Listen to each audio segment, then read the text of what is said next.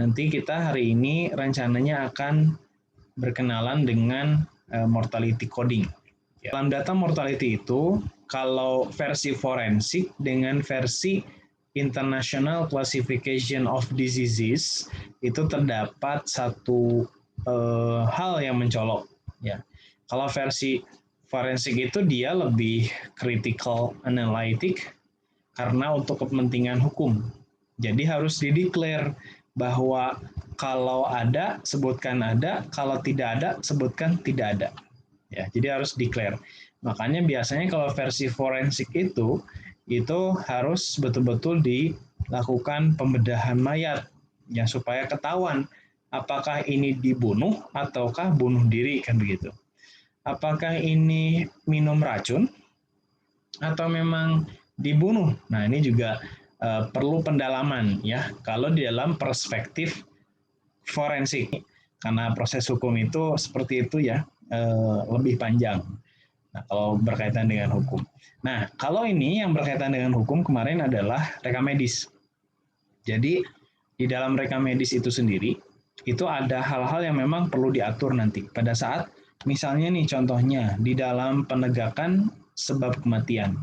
Dalam penegakan sebab kematian itu harus ada yang dirahasiakan. Jadi jangan sampai ketika kasusnya adalah COVID-19 maka nanti harus di-hide identitasnya atau disembunyikan identitasnya. Kenapa?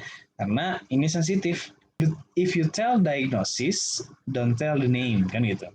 Kalau menyebutkan diagnosis, maka jangan sebutkan nama pasien maksudnya.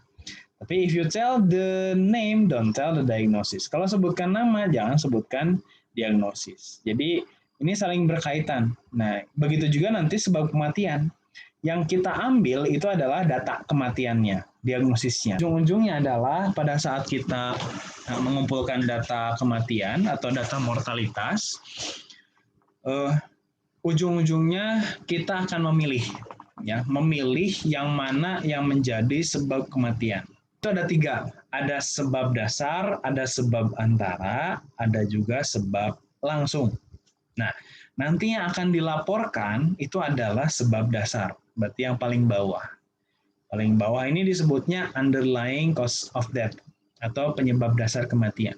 Ini yang akan kita laporkan dan ini yang menjadi bahan untuk pengisian indeks kematian. Jadi kemarin kalian yang sudah belajar indeks kematian itu mestinya belajar dulu ini ya. Flashback gitu. Jadi nggak apa-apa lah kita maju duluan gitu ya.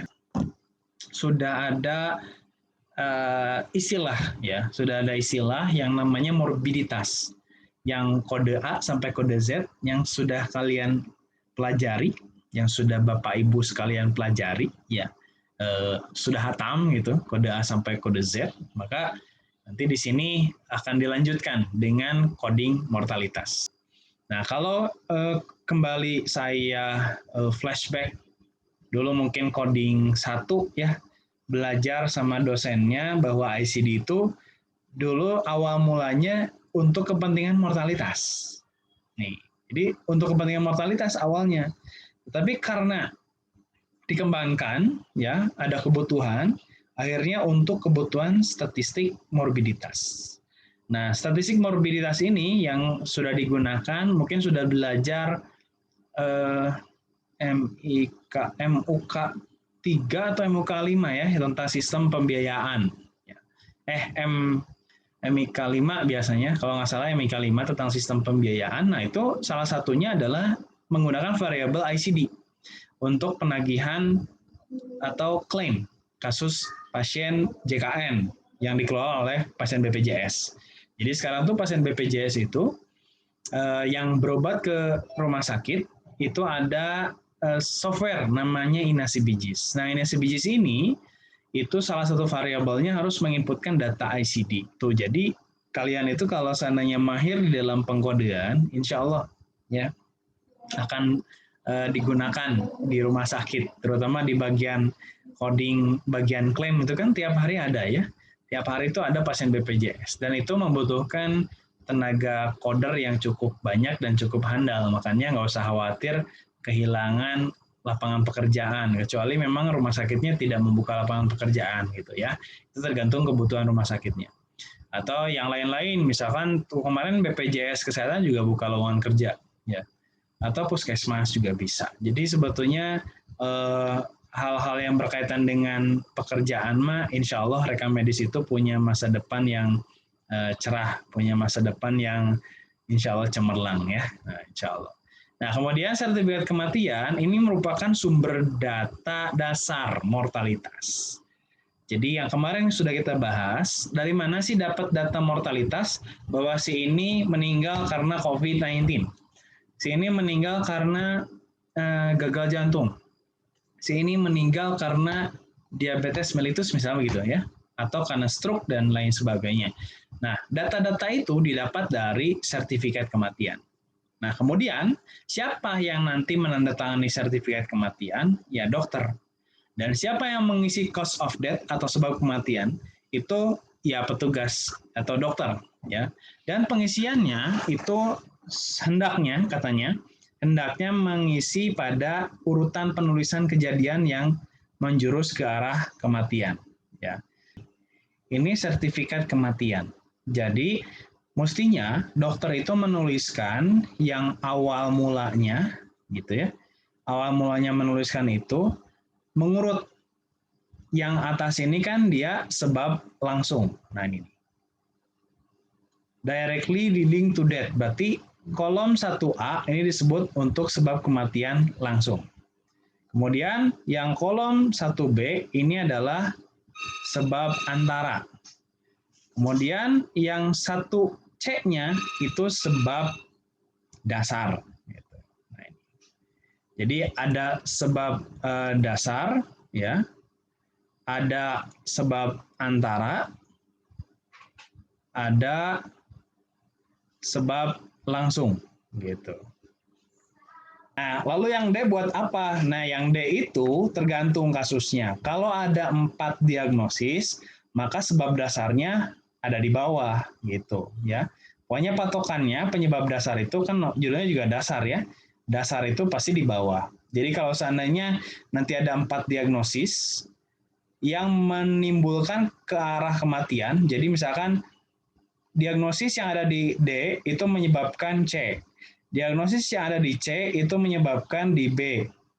Lalu diagnosis yang di B itu menyebabkan yang ada di A. Nah, ini berarti nyambung kan satu sama lain. Maka ini yang menjadi sebab kematian dasarnya adalah yang paling bawah, yang D. Tapi kalau seandainya sebab dasarnya cuma ada sampai C gitu ya, ya berarti yang C dasarnya. Atau misalnya cuma 2 diagnosisnya, cuma ada 2 diagnosis, ya berarti di B sebab dasarnya. Dan sebab dasar dengan sebab langsung saja, atau cuma 1. Misalnya cuma ada 1 diagnosis, kenapa meninggalnya? COVID, dah gitu doang gitu ya. Ya udah, berarti cuma 1 saja. Dia sebagai sebab dasar, dia juga sebagai sebab langsung. Nah, begitu ya. Jadi tergantung nanti kasusnya seperti apa. Ya ini kalau di dalam istilah sertifikat kematian. Nanti Anda tuh sebagai dokter nulis sertifikat yang benar gimana ya. Kemudian nanti sebagai coder. Jadi kalau pingin mengoreksi dokter harus tahu dulu kan kaidah-kaidahnya ya.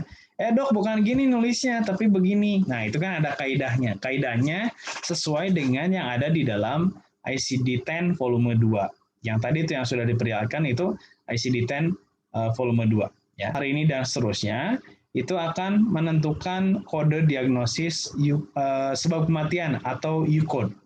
U-code itu underlying cause of death. Ya. Nah, lalu apa itu U-code? Konsep U-code itu sebetulnya begini konsepnya.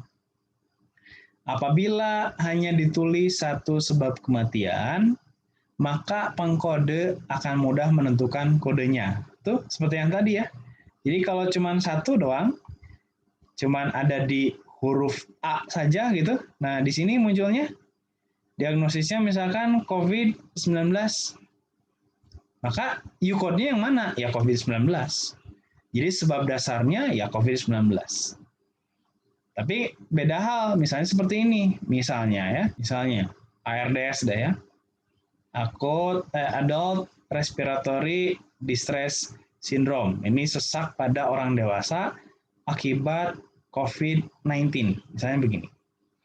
Nah, kalau ada kasusnya begini, maka kita tadi lihat apabila sebab kematian lebih dari satu, maka dalam prakteknya itu harus diseleksi. Gitu ya. Jadi kalau lebih dari satu, maka harus diseleksi yang mana UCOD-nya, kan gitu. Karena kan kita untuk kepentingan statistik kematian atau untuk kepentingan pelaporan kematian. Maka yang mana yang kita seleksi? Yang kita seleksi adalah istilahnya yang UCOD. Jadi kalau tadi balik lagi ke ada kasus seperti yang tadi, di atasnya misalnya adult respiratory distress syndrome, lalu di kolom B-nya adalah COVID-19, misalnya begitu. Ya, ini sertifikatnya. Oh, berarti ini artinya COVID-19 menyebabkan ARDS gitu. Nah, berarti kan kalau begitu ada dua nih.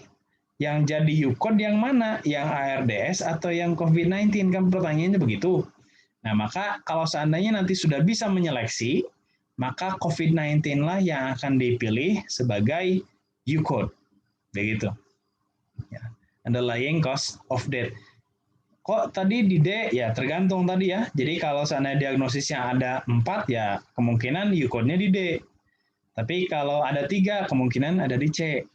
Kalau ada 2, berarti kemungkinan di B. Kan begitu. Maka kita sudah bisa menentukan dari kasus ini underlying cause of death atau sebab dasar kematian dari si pasien ini adalah COVID-19. Begitu. Kenapa demikian? Karena menurut konsep UCOD yang tadi, UCOD itu definisinya adalah penyakit atau cedera yang memicu runtunan kondisi morbid yang menjurus ke kematian. Jadi harus ada runtunan, urutan. Tadi kan COVID-19 menyebabkan dia sesak nafas begitulah. Nah, berarti itu kan runtun ya. Nah, kalau runtun, maka kita bisa tentukan UCOD-nya. Yang menyebabkan runtunannya apa, kan begitu. Oh, berarti yang paling bawah tuh ya. Karena kan bacanya dari bawah tuh. Nah, dari bawah menyebabkan ke atasnya, kan begitu. Ya. Bisa penyakit, bisa juga lingkungan. Atau kejadian kecelakaan maupun kekerasan yang menghasilkan cedera fatal. Ini juga bisa. Ya, terkait dengan definisi UCOD. Atau ini UCOD itu ya, apabila kalau ingin disebut UCOD adalah kondisi atau kejadian atau lingkungan yang apabila tidak disandang oleh pasien, pasiennya tidak meninggal. Di dalam sertifikat kematian yang tertulis di sini satunya ada di B-nya COVID, lalu di atasnya ARDS gitu atau sesak nafas ya. Nah, berarti COVID menyebabkan sesak nafas. Berarti kalau nggak COVID, dia nggak akan sesak nafas. Kalau nggak sesak nafas, dia nggak akan meninggal. Nah, begitu. Oh, berarti kalau begitu UCOD itu penyebab kematian atau satu kondisi yang menyebabkan runtunan ke atasnya. Ya. Karena bacanya kan dari bawah nih. Dari D ke C, ke B, kemudian ke A. Karena kan judulnya sebab langsung. Sebab langsung itu paling atas pastinya. Jadi setelah ini udah meninggal begitu. Nah, sebelum ini kan ada nih sebabnya di B. Sebelum B mungkin ada nih sebabnya di C. Sebelum C mungkin ada sebabnya di D. Nah, begitu. Jadi cara membacanya boleh dari atas ke bawah kalau sudah mahir. Tapi kalau seandainya masih pemula dari bawah ke atas. Jadi dari bawah ini menyebabkan C, C menyebabkan B, B menyebabkan A begitu. Ya, kalau ini baca keterangannya. Contoh, ya ini contoh. Oke, kenapa kok jawabannya yang karsinomatosis? Kita lihat ya kalimatnya. Seorang pasien sakit kanker meninggal karena mendadak terserang gagal jantung akibat karsinomatosis. Berarti dia meninggalnya karena apa? Karena gagal jantung, gitu kan ya? Karena gagal jantung. Berarti penyebab langsungnya adalah gagal jantung. Nah, berarti kalau nanti kita tulis sebagai dokter, dia meninggalnya karena begitu. Kalau nanti menanyakan dokter, kenapa kok harus yang paling atas? Karena gagal jantung itu menjadi penyebab langsung kematian. Sekarang pertanyaannya, sebelum gagal jantung dia menderita apa? Kan gitu. Nah, sebelum gagal jantung dia menderita karsinomatosis gitu ya. Berarti akibat karsinomatosis. Cocoknya ditulis di mana? Di B atau di C? Cocoknya ada di B, karsinomatosis. Ya, ini ya. Jadi gagal jantungnya akibat karsinomatosis. Nah, pasiennya kan tadi di soal apa? Sakit kankernya di kolon. Nah, sekarang sudah agak kebayang ya. Nih. Jadi kalau sertifikatnya tulisannya begini, pasien tadi kan meninggal karena gagal jantung. Gagal jantung akibat dari karsinomatosis. Karsiноmatosisnya itu kan dia karena penyakit kanker kolon.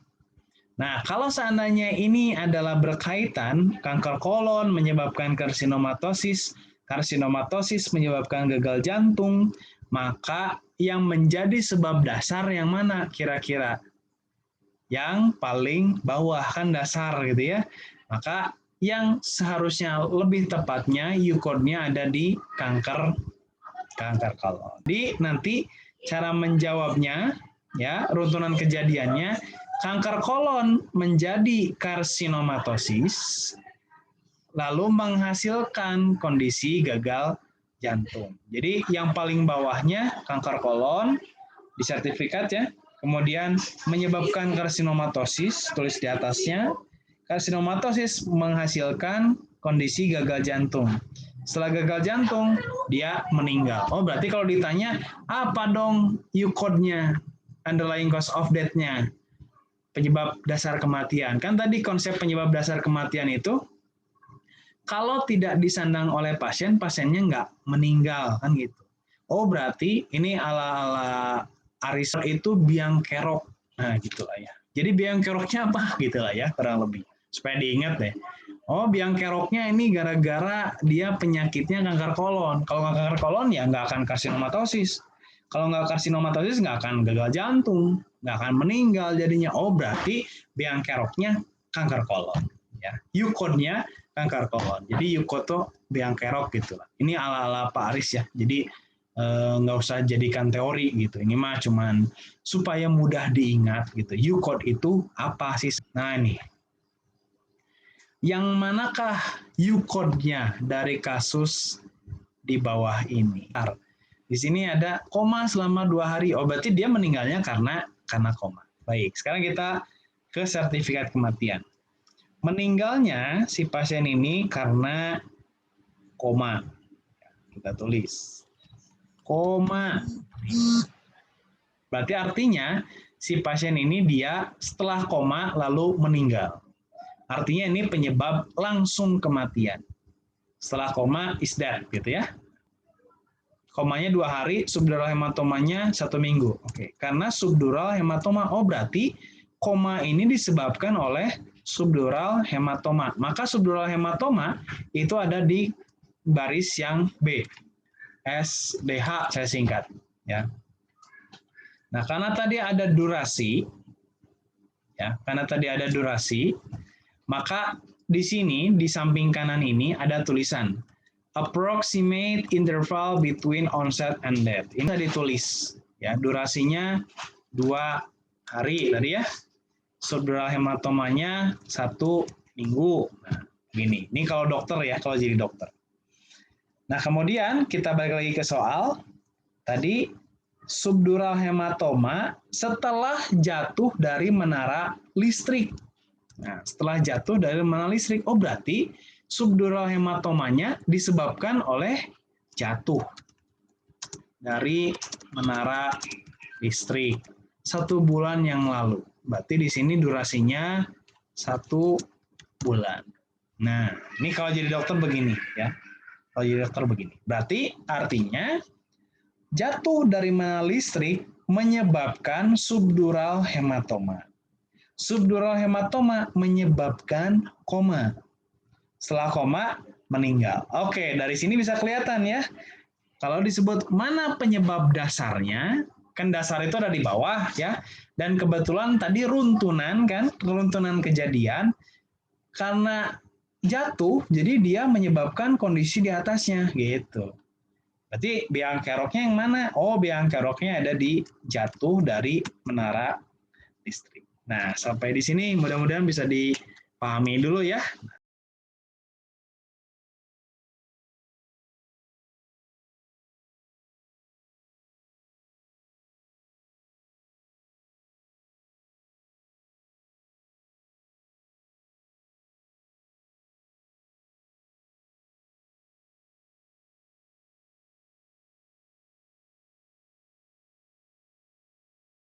Kemudian di 1C ini ada kanker kolon. Ini menjadi sebab dasar atau UCOD, underlying cause of death. Kalau yang ini sebab antaranya subdural hematoma. Lalu yang C-nya adalah jatuh dari menara. Ini adalah sebab dasar. Jadi yang disebut dengan sebab dasar kematian adalah satu kondisi, bisa penyakit atau lingkungan tadi ya. Jadi nggak hanya penyakit, jatuh juga bisa nih. Jadi sebab dasar ya, yang mengakibatkan kematian, yang menyebabkan runtunan kematian. Jadi runtunan itu urutan kematian ya. Setelah jatuh, subdural hematoma, kemudian koma. Ini setelah kanker kolon, karsinomatosis, lalu gagal jantung, lalu meninggal. Nah, begitu. Ya, itu definisi. Saya kenalkan sedikit soal UCOD-nya ya. Oke. Lanjut. Nah, di dalam isian sertifikat di buku volume 2 ya di ICD. Nah, ini kan ada bagian 1 A, B, C, D dengan bagian 2. Yang sebelah sininya adalah durasi. Ya, ini saya jelaskan. Bagian 1 ini digunakan untuk mendokumentasikan runtunan kejadian yang menghasilkan model kematian yang terjadi. Jadi, kalau mau menentukan UCOD, itu biasakan dari bagian 1 terlebih dahulu. Karena ini semua runtunan kejadian adanya di sini. Ya. Baik di 1A, 1B, 1C tergantung kondisinya. Pokoknya bagian 1. Ya. Lalu bagian 2 adalah digunakan untuk mendokumentasikan kondisi yang tidak ada kaitannya langsung dengan kejadian yang menjurus kematian. Jadi nanti kalau seandainya ada satu kondisi yang tidak ada kaitannya langsung dengan kematian, ini bisa diisi di bagian 2. Yang isi ini siapa? Bukan kita, dokter nanti yang isi. Ya. Cuman tadi saya ajarkan sedikit bagaimana sih sebetulnya dokter itu menulis satu kondisi jika kasusnya seperti yang tadi. Jadi secara aturan, itu penyebab dasar itu simpan di paling bawah. Artinya biang keroknya tadi ya. Biang keroknya menyebabkan kondisi di atasnya. Tadi katanya nih, rise to above cause. Jadi menyebabkan kondisi di atasnya. Nah, itu biang keroknya. Nah, lalu selanjutnya di bagian 2 ini juga sifat alamiahnya atau asal kejadiannya bisa urun. Nah, bisa jadi gitu ya. Bisa jadi menimbulkan kematian. Jadi walaupun tidak ada kaitannya langsung dengan kejadian kematian, tapi bisa jadi dia menimbulkan kematian. Jadi misalnya begini, di bagian 1 ini ternyata nggak ada kondisi yang menurut kita, ini kayaknya nggak mungkin nih menyebabkan kematian. Ternyata munculnya di bagian 2, ya nggak apa-apa, kita ambil dari bagian 2 nantinya, ya, UCOD-nya. Nah, ini ada aturan mainnya, bagaimana ngambil dari bagian 1 dengan bagian 2, ya. Aturan mainnya nanti ada. Nah, hati-hati nih, kalau kita perhatikan lagi ya, di dalam kondisi sertifikat kematian itu ada yang ditandai bintang seperti ini ya, kalau kita lihat nih. Nah, ini nih. Kelihatan ya. Jadi disease or condition directly leading to death. Ada tanda bintang. Ini artinya penyakit atau kondisi yang langsung menyebabkan kematian, begitu. Ya, langsung dia menyebabkan kematian. Tapi ada tanda bintang. Hati-hati, tanda bintang ini nanti bisa dibaca di bawah. Katanya, this does not mean the mode of dying, katanya. Ini tidak menunjukkan cara kematian. Jadi nanti hati-hati kalau seandainya menemukan gitu ya, dokter di rumah sakit atau dimanapun yang melihat ada tanda bintang, ditulis cara kematian. Cara kematian itu gimana? Contohnya, heart failure, gagal jantung, gitu ya. Atau respiratory failure, gagal nafas. Jadi ini mah otomatis ya, ketika meninggal, itu cara kematiannya kalau nggak gagal jantung, ya gagal nafas kan gitu. Nah, ini sebaiknya tidak ditulis di bagian A, sebaiknya. Tapi kenyataannya gimana di lapangan? Ya ditulis-tulis juga ya. Ya mungkin belum paham mengenai aturan penulisan sertifikat kematian. Jadi kalau ditanya misalnya, ibunya kenapa meninggalnya? Nggak bernafas, ya iya jelas meninggal itu pasti nggak bernafas gitu ya. Nah karena tidak bernafas itu ini yang disebutkan. Jadi kunaon eta saya tak henteu napas meninggalnya ya jelas meninggal mah tidak bernapas ya. Jadi biasanya kan meninggal itu kalau secara ilmiah kedokteran itu nggak boleh nyebut takdir ya. Ya walaupun ujung-ujungnya memang takdir gitu. Kenapa itu Pak? Kemarin ada di kamar jenazah takdir ya misalnya nanya ke dokter gitu ya. Kenapa ini orang tua saya masuk ICU dok terus meninggal? Takdir. Masa jawabannya cuma takdir gitu ya? Ya otomatis jawabannya harus ilmiah. Oh ini karena ada perdarahan di otak sehingga dia menjadi stroke gitu kan. Nah kemudian setelah stroke itu meninggal. Nah begitu. Jadi jawabannya ilmiah menjelaskan disease atau injury atau komplikasi gitu ya menyebabkan kematian. Nah ini ada tanda bintang ini maksudnya apa ini? Mengingatkan bahwa ini kata WHO gitu ya, kalau bisa yang ditulis di 1A atau penyebab langsung kematian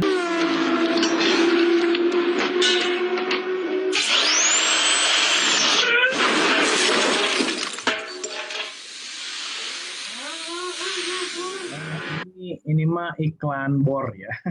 Ini maksudnya kebayang gitu ya kalau lagi balap mobil terus masuk ke pit in-nya lama banget gitu ya. Nah, tapi ini sebetulnya iklan bor saking kuatnya dia bisa menjungkalkan mobil ceritanya begitulah ya. Ini cuma iklan ya, intermezzo saja. Ya, supaya tidak sembarangan. Ini juga sama balap nggak boleh sembarangan gitu ya, harus profesional kan, harus sepersekian detik masang ban itu nggak boleh lama ya. Kalau yang suka nonton mobil balap pasti gregetan gitu. Lama-lama banget gitu ya, balap mobil keburu ketinggalan gitu. Nah, oke. Nah, kemudian gini, sekarang kita masuk kalau seandainya nanti kondisinya multiple atau ganda, banyak ya, lebih dari satu. Sebetulnya kalau lebih dari satu itu harus dipilih ya, dan harus ditulis semuanya sama dokternya. Tetapi nanti nih yang dimerahin ini masing-masing kejadian atau kondisi harus dituliskan di runtunan baris yang tersedia dalam urutan terbalik dari baris bawah ke atas. Nah, makanya dari tadi ya saya nulisnya kan dari atas ke bawah terus ya. Nah, jadi dari D ke C ke B baru ke A. Begitu ya. Runtunannya idealnya seperti itu. Dari WHO-nya ya. Jadi dari kalau sana ada 3 kondisi, oh berarti dari C. Kalau ada 2 kondisi dari B. Nah, begitu. Ya, jadi nulisnya B kemudian ke A. Jadi runtun ke atas ya. Nah, sebab langsung itu ditulis di baris pertama. Tadi itu koma, sebab langsung kematiannya. Jadi nanti kalau ditanya apa yang menyebabkan dia meninggal, ya lihat aja tuh sertifikat paling atasnya, baris paling atasnya. Itu sebab langsung. U-code itu ditulis di baris yang paling bawah. Kalau ada 4 berarti di baris keempat. Kalau ada 3 di baris ketiga gitu ya. Kemudian penyebab antaranya ya ditulis